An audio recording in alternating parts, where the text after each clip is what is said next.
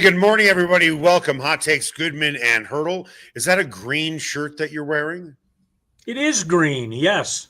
Well, you and I are matching today. I didn't Wow. realize that we were so color coordinated until we saw each other a few minutes ago. In Impressed. truth, color had nothing to do with me. I just looked and saw what was the cleanest thing that I had to wear and grabbed it. Right. And I just grabbed what looked to be the cleanest thing on my bedroom floor, and this was it. So I'm glad that you grabbed the right garment yeah, from something on your bedroom floor. And we don't need to go any further than that. There's a coffee stain about 7 inches below the zipper. I can see it. Very nicely done. No, you can't see it. The reason why I framed the shot this way is so you couldn't see it. When you step back there, is it right about mid-chest, solar plexus? It's sitting at my belly button. Oh, dear. Well, a phrase I haven't used since I've been like 7. Belly button. Yeah. With that, if you are looking for a great place to watch college football and NFL football, the place to go is the Sportsbook Bar and Grill. You can find them in Highlands Ranch and the DTC. I'm going to probably pop over there on Friday to watch the CU game. It's always a great crowd. The food is outstanding. They have something for everyone. As I've said many times before, but it's worth repeating, the menu there is so stinking good. I get takeout from there. And, you know, you can get the burgers for takeout. The cheese curds are amazing. The Philly cheesesteak egg rolls are unbelievable. And if you don't want to go heavy on stuff like that, their Brussels sprouts are amazing as well. Go check out the Sportsbook Bar and Grill. You can find them in the DTC in Highlands Ranch, your football headquarters for this upcoming season, college or pro. Time now for the lead. The lead is presented by Sasquatch Casino, a family-owned casino that treats you like family. I had a feeling this was coming, and now here we go. Christmas came early yesterday. The Broncos have announced that Burnham Yard in Denver is the preferred destination for a new stadium. Should be ready by 2031. They're in the preliminary stages of a stadium design, but the initial plan, retractable roof, natural grass. The newly developed area is going to be mixed use for entertainment, and the entire deal privately financed, reported estimate, roughly $4 billion, Mr. Powers. Thank you. Taxpayers not going to pay a dime. Greg and Kerry and the ownership group, they're going to pick up the tab. Does it sound like the fans are about to get everything they want with this deal and more? Location, no new taxes, retractable roof, new community. I mean, I think they thought of everything. Team wins, fans win, city wins, state wins, NFL wins, another win by ownership, which does everything in such a remarkably tasteful, tactful way that I hope we never take it for granted. Because this is what ownership needs to look like for the Denver Broncos. It's just remarkable. You and I spend a lot of time tipping our hats to the Penners and to this ownership group just for the taste, all of the things that they bring to the table.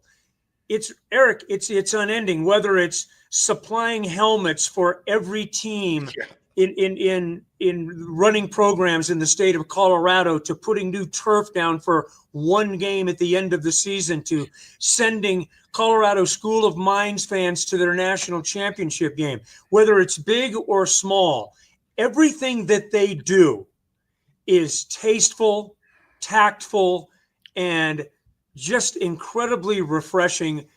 Everyone should thank their lucky stars that this kind of ownership group is in Denver. When you look at the Daniel Snyders of the world, and the Jerry Joneses of the world, and the Donald Sterlings of the world, it almost seems like the Penners and that ownership group are just too good to be true, because at every turn, it feels like there is a new surprise, and the surprise is incredible every time, and they keep topping themselves.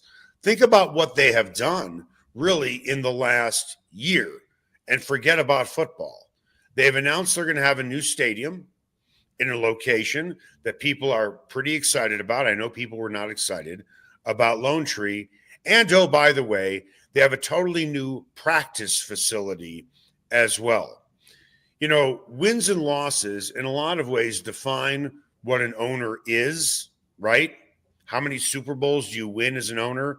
How many successful seasons do you have as an owner? I am not so sure that the Penner's legacy 50 years from now, even if they win 3 Super Bowls, I think this new stadium will be the crowning achievement of this ownership group, because it's going to be around long after all of us are gone. As we drive along I-25 and we are driving north, we will look to our left, right? We will look to our left and see the imprint that this ownership group has stamped on this city for generations to come. No question about it. And it is just incredible. You know, we talk about tone deaf people a lot in our business, people that can't read a room, people that are just like bulls in a china shop. They're going to do it their way come hell or high water. And now you have all of a sudden this ownership group, which is intelligent, thoughtful. They don't do anything by knee jerk. Everything is well thought out. They read the room. They hear the right things from people. But most importantly, they're able to make thoughtful decisions that will move the franchise. And as I said earlier, the city, the state, the league forward in Denver. Denver will be exactly what it has been. It will continue to be one of the shining franchises in the National Football League. But the ante has been raised by this. Super Bowls will be played here. It's going to happen. World Cups will be played here. There are all kinds of things that you can do with this kind of facility with a retractable roof. The location is absolutely, in a word, perfect for what it does. Not only does it bring in the grandeur of the Rocky Mountains, which is ever present, but in that place in particular, as you look to the west, but also the rejuvenation of that entire area is going to be absolutely remarkable. What a legacy in and of itself, just the rejuvenation of that area for the city of Denver. Yeah. It's, I got to tell you, Eric, I was proud of it when I heard, we knew it was coming. We knew it was just a question of where and when it was going to be coming, never of if. I felt proud when I was getting the details out yesterday. It was like, damn, man, it's just such a great thing to see it when people do things the right way. You and I both cover the Kansas City Chiefs, and not since Len Dawson have they had a quarterback since Patrick Mahomes. Right. And this is why I'm bringing it up. I have a number of friends who live in Kansas City, and early on in Mahomes' career, they would say, he's our quarterback. We finally have our quarterback. We don't have Joe Montana, right, who we brought in. We don't Elvis Kerr back. Yeah, right. Right. Yeah. For Denver fans, I think they're probably proud to say, not just today, but this could have been said a year ago. These are our owners. They're not even from here. Right. These are our owners. Look what our owners have done. Now, granted, they have a huge checkbook to back them up. But as we have seen with the Colorado Rockies, it's not how much money you have. It's who you put in charge of that checkbook to spend that money. And to your point, everything seems to be well thought out. Now, before people get all excited about this new stadium, there is one small little detail that really hasn't been talked about. I am glad for Denver, because I don't live in Denver proper anymore. I used to. So even if they did put a city tax out there, I'm not paying for it. People who live there are going to be paying for it. And I was talking to my wife about this yesterday, that I always felt badly for people living in a city where a stadium is being built, that if they are not football fans, they are now responsible for paying for something that they really don't even care about. What's going to happen is those who really care about the Denver Broncos, those who really want to go to the games, unless this comes out of nowhere and I'm wrong, and boy, we should throw a parade for the Penners if this happens, although I don't think it will. The fans will be paying for the stadium with PSLs. It would be something if there are no PSLs. However, when you look at the current stadiums that are under construction, when you look at stadiums that have recently have been built, I have seen PSL ticket prices go as high as $50,000 a seat for one game. That will be down the road. We'll find out. I mean, I can't state unequivocally if that's not going to be the case. But I do think, I will say this. There is always a question of what is for the greater good. You are never going to satisfy everyone as it relates to the tax base. And I get it. We've all been there. It's affected every one of us. Maybe it's not affecting every one of us in this situation. That remains to be seen. I understand the feeling of, why do I have to pay for this when I don't want it or I'm not going to use it? Well, there is always an argument, and I think it's a good one. What's the best for the greater good?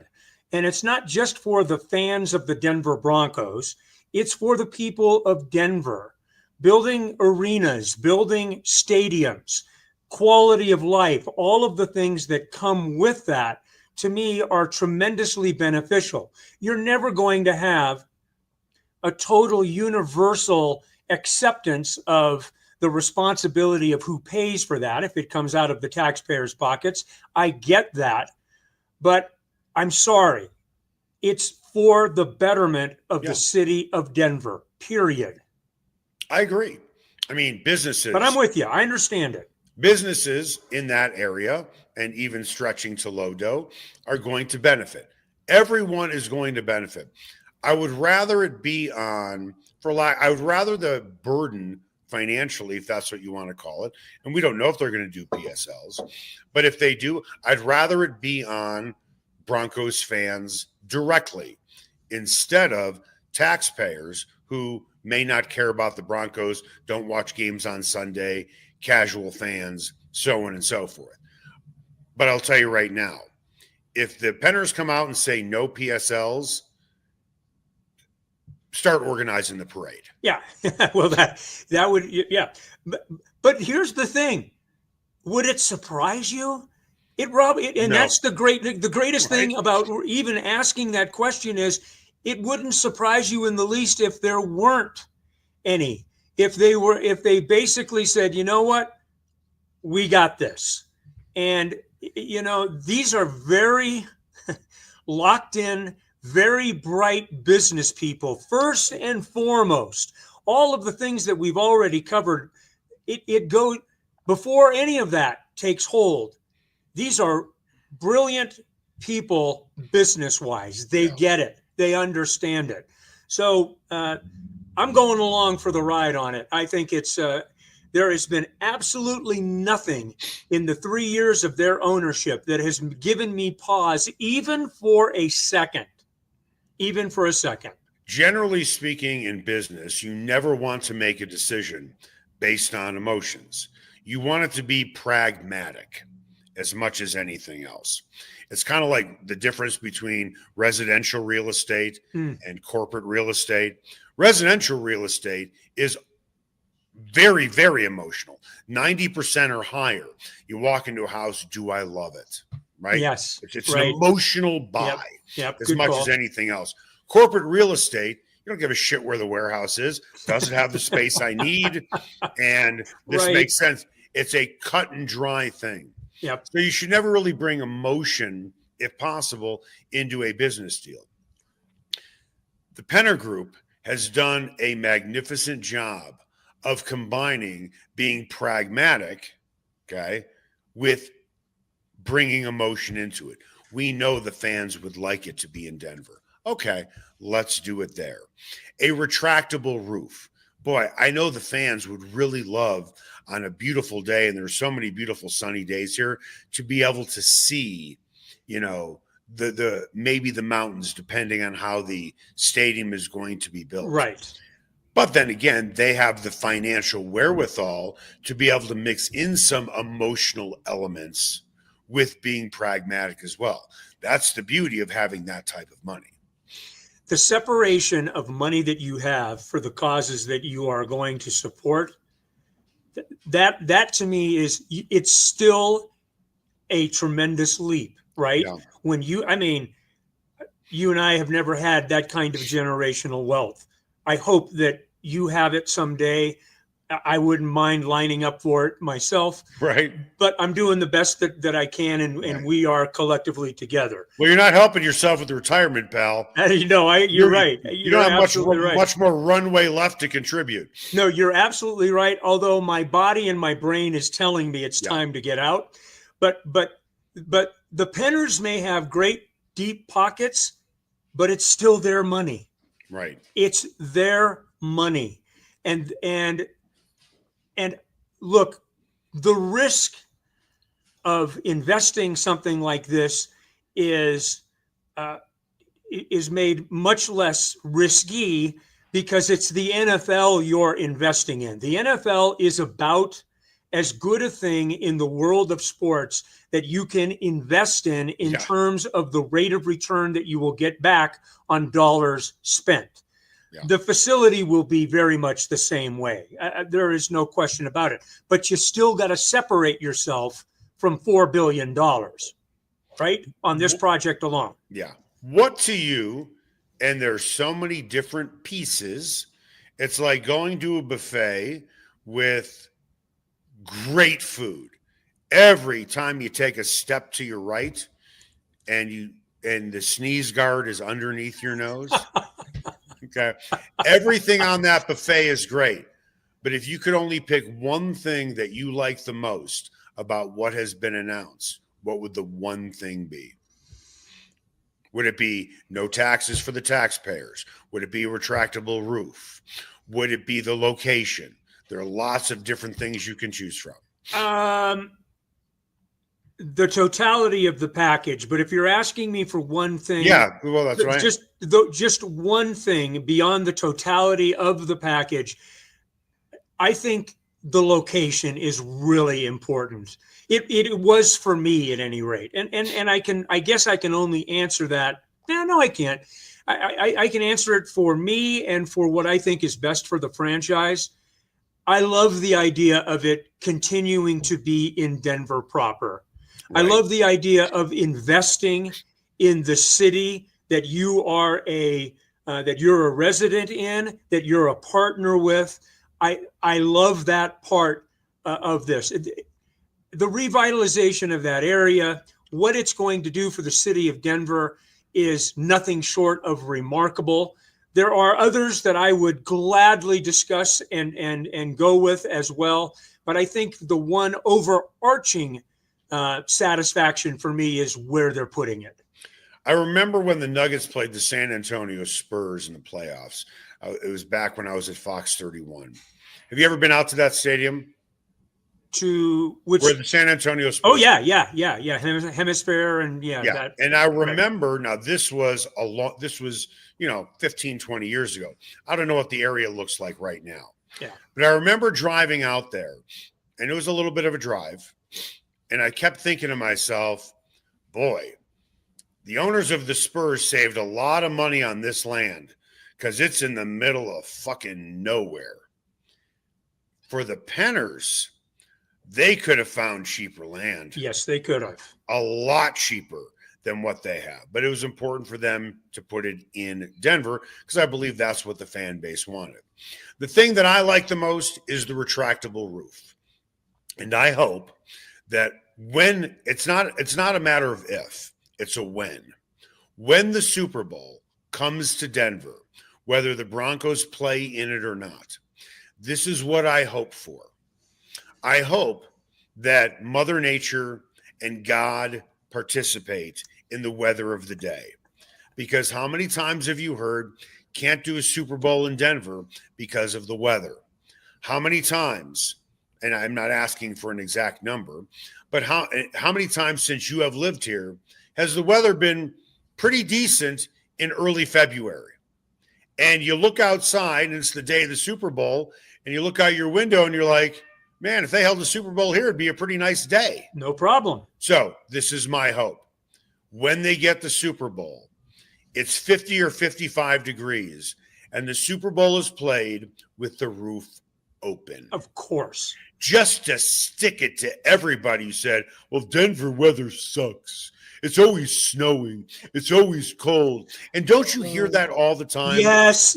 People outside of Denver, they just boy, it really snows all the time, doesn't it? They it just snows in the mountains. Yeah. Snows in the mountains. People don't understand that we live in high desert. This is a high desert, you know. Yeah. So I always joke with people that come into town. They talk about, well, there's all the trees. And I said, yeah, they were all planted. And none of them were here naturally. Right. They're all planted. Here's the thing. And from a broader perspective, Eric, do you think the NFL, and it's difficult to do, but there are a lot of places now building stadiums.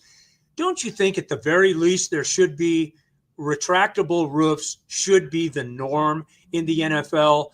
I mean, you want to avoid lightning delays. You want to avoid weather-induced delays and things of that nature. The NFL is such a locked down format, you know? I mean, everything starts on time. Everything finishes on time. The socks are pulled up to the right, level on the calves and everything else like that. What and the money that all these owners have is next level. Why shouldn't there be a retractable roof rule across the league? And then you take all of the weather issues and questions out of it totally. I mean, to me, it seems like an NFL thing to do. Now, you can't mandate to your owners, you got to have a retractable roof. I get that. And I understand the pushback. But if there's going to be uniformity in stadiums, to me, that's where I'd start. Okay. Well, a roof or a retractable roof, something that protects you from natural situations. Okay. I'm going to take it to another level for you. You're talking about millions and millions and millions of dollars of building a retractable roof on top of an already existing stadium. Yes. That would be, I can't even imagine how much that would cost. But let me take it to a level that it wouldn't cost as much money. So riddle me this, Batman. How come every single stadium doesn't have natural turf? Yeah. Because it costs money. And these owners don't want to spend the money. They want to keep the money. They need their fourth yacht. Okay? Yeah. No, right. They want that money for their pockets. And you know what? Because they own the team, they have a right to do that.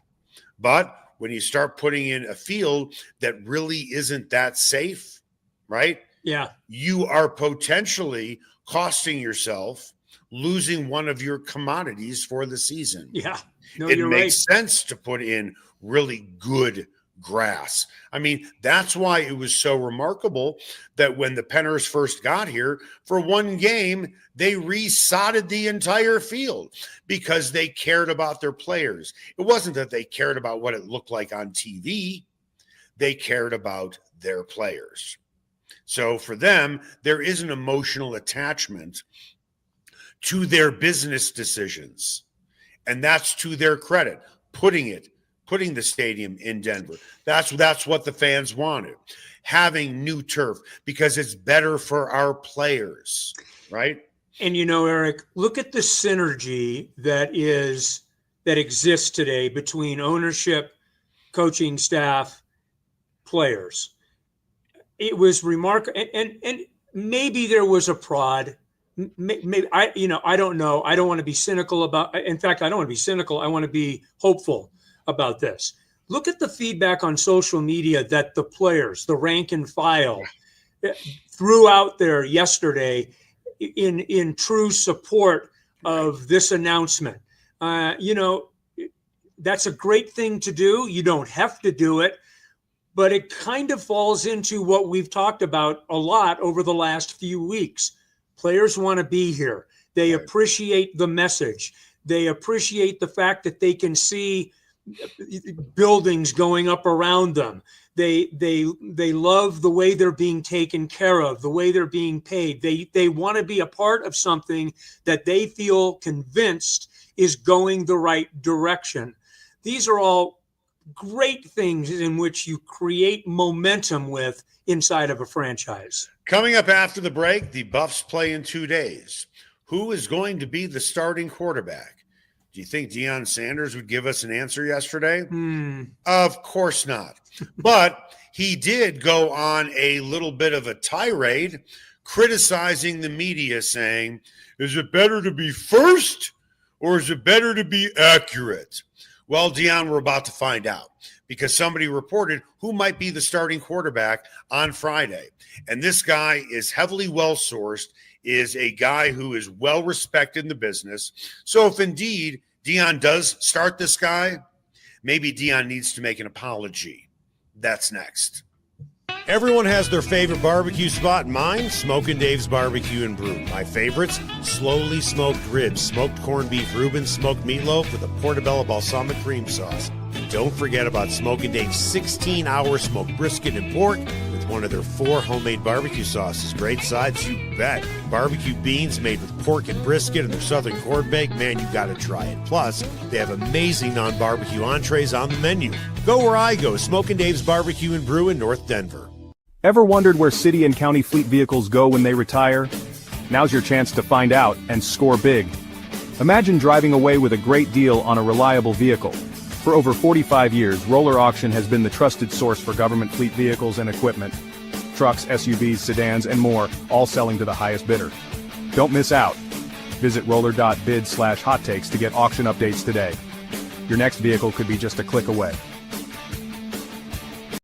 Spice up your next night out at Nola Jane and Lodo. Authentic Cajun cuisine like andouille sausage gumbo with dirty rice, crawfish etouffee, as well as 6 different po' boys like soft-shell crab and shrimp. Come in before or after a game at Ball Arena. Host a party or party on their rooftop deck overlooking Market Street during happy hour from 11 a.m. to 5. Plus, Nola Jane caters, delivers, and the kitchen is open late night. Make Nola Jane your new favorite spot to eat, drink, and party like it's Mardi Gras.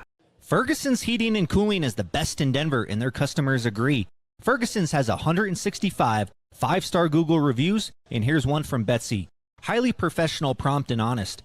I switched to Ferguson's when I became aware my former company was trying to sell me a whole new system I didn't need. Ferguson's is an honest, working, family-owned business that'll give you a fair price, the highest quality parts and equipment, and they always show up on time. You can trust the Ferguson family like you trust your own family. Go to fergusonsheatingandcooling.com. Everyone has their favorite sports bar. Mine, the Sportsbook Bar and Grill in Highlands Ranch in the DTC. Both locations are everything a sports bar should be. An upscale menu with 12 different burgers, outstanding wings, and my favorite, the Philly cheesesteak egg rolls. They've got every game on the NFL Sunday Ticket, MLB Extra Innings, NHL Center Ice, NBA League Pass, plus soccer, rugby, and UFC. Sportsbook is a hangout bar or great for private parties. The Sportsbook Bar and Grill in Highlands Ranch, the DTC, and coming soon to Parker. They are the sports bar. Sasquatch and Wildcard Casinos in Black Hawk have another incredible promotion. They'll be giving away a Ford Maverick Tremor truck or over $25,000 in cash the weekend of October 24th. Daily cash drawings are every 45 minutes between 10 a.m. and midnight. Players can earn daily entries with every locked-up jackpot or by redeeming players' points on their players' cards. Sasquatch and Wildcard Casinos, loose slots, phenomenal promotions, great food, and a family-owned casino that treats you like family. And welcome back. Hot Takes, Goodman and Haertl. Want to tell you about Ferguson's Heating and Cooling. They are absolutely the best in Denver. And now that we are in the fall and the weather is starting to cool off a little bit, you might want to give your furnace a little bit of a checkup, and I highly recommend you go with Ferguson's Heating and Cooling. Their customers love them. They have nearly 200 5-star Google reviews.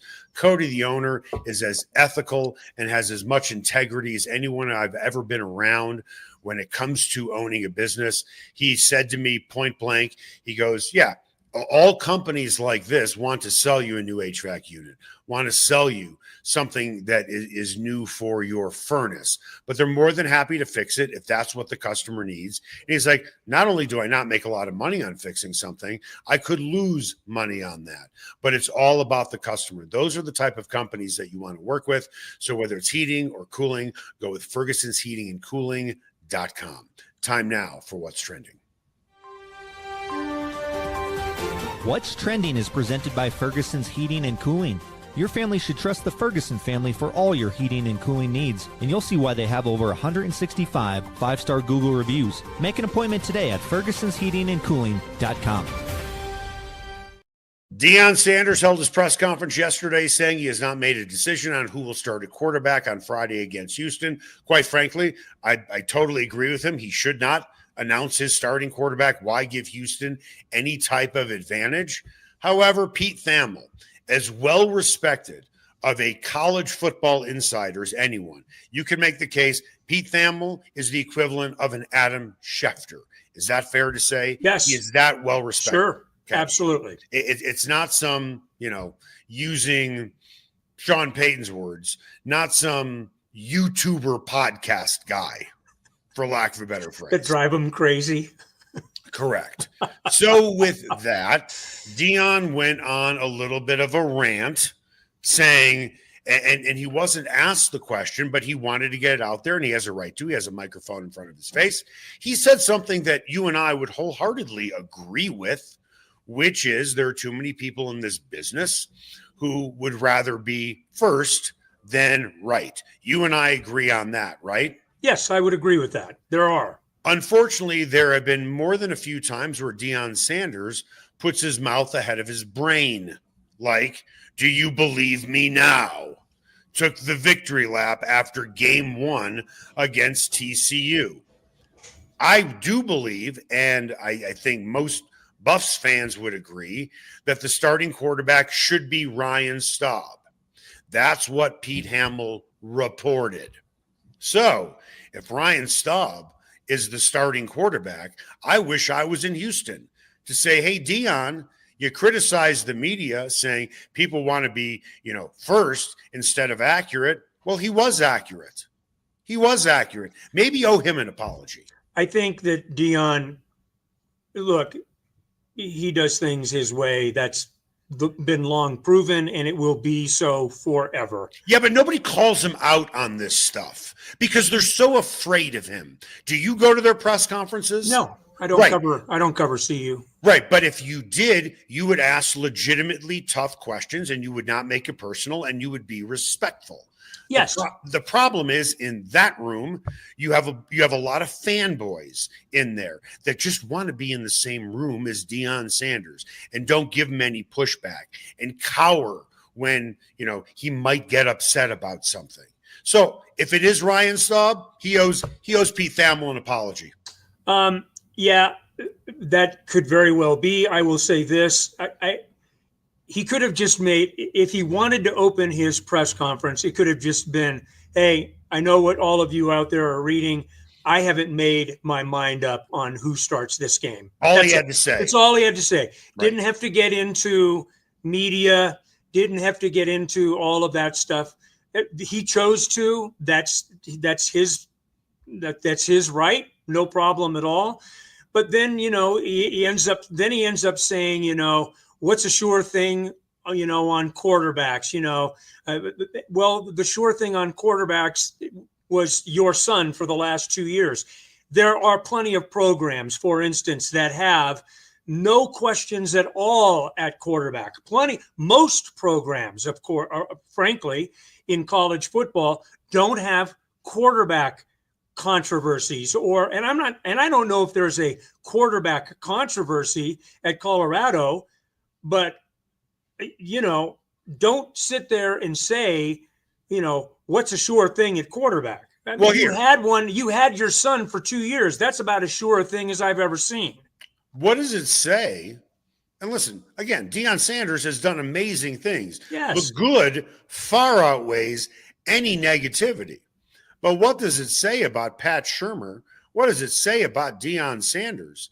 And I don't want to use the word controversy either. How about decision? Okay. You don't know who your quarterback is going to be before the season starts. Game 3, you're not totally sure who your quarterback is going to be. Deion Sanders, I think, made history.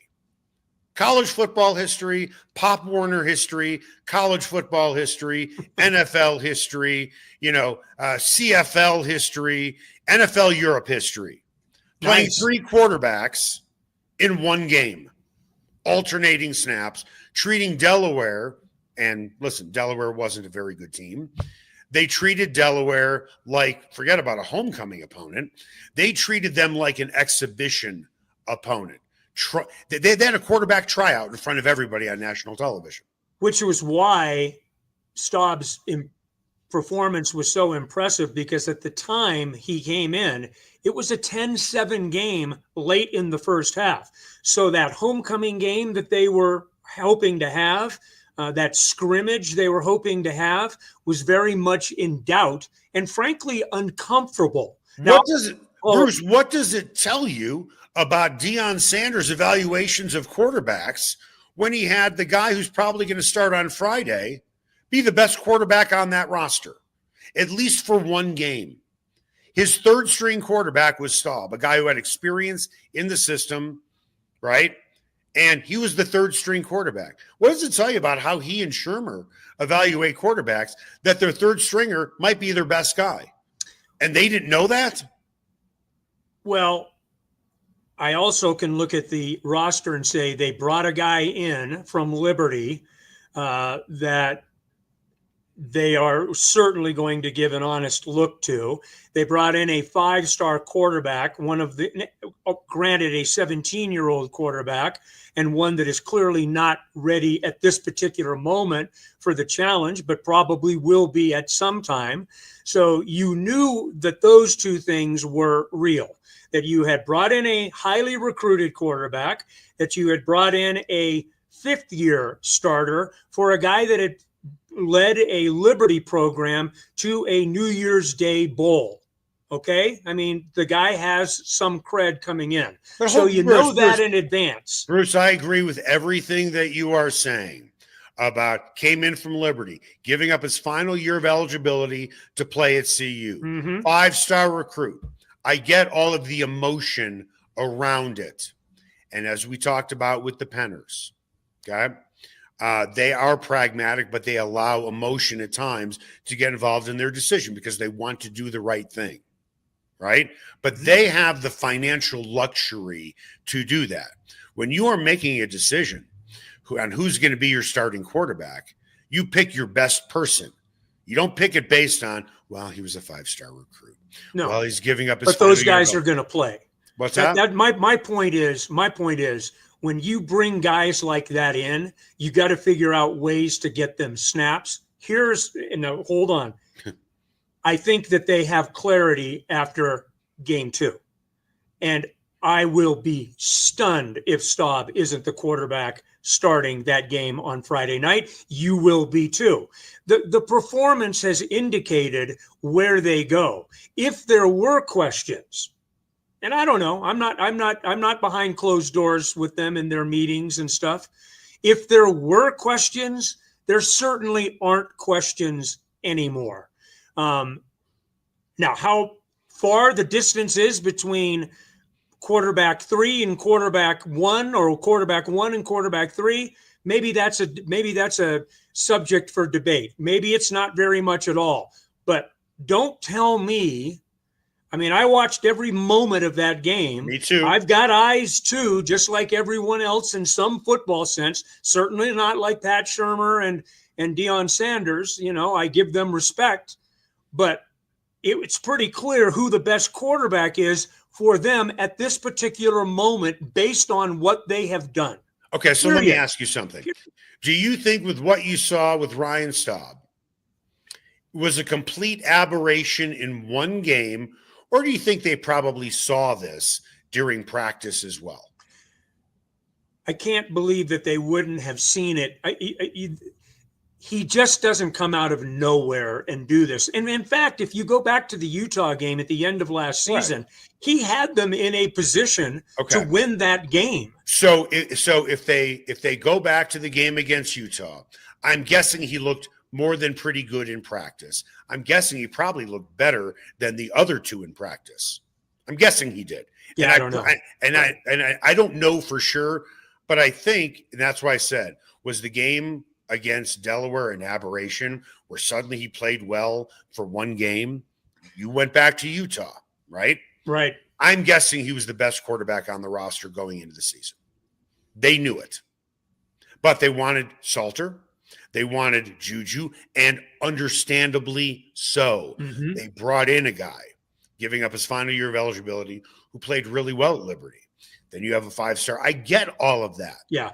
But is the goal to play your best quarterback or to have all of those emotional components factor into your decision? Well, the goal is to win games, and going forward, Ryan Staub gives them the best chance to win games, in my opinion. Mine too. Don't know if that's Deion Sanders' opinion or Pat Shurmur's opinion. I guess we'll find out.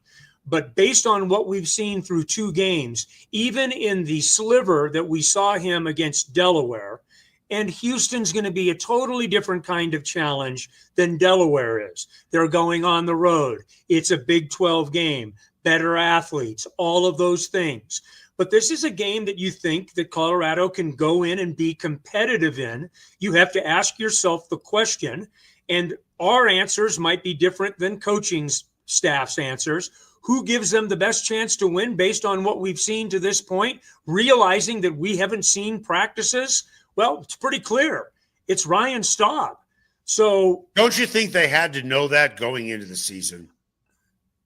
Watching practice, watching the Utah game, all of that. They had to have had a clue. Maybe it wasn't staring them right in the face, but they knew deep down that Staub was probably the best guy.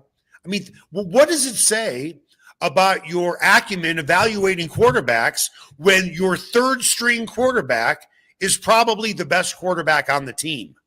You know, and you didn't play him until you decided to play merry-go-round every 2 series.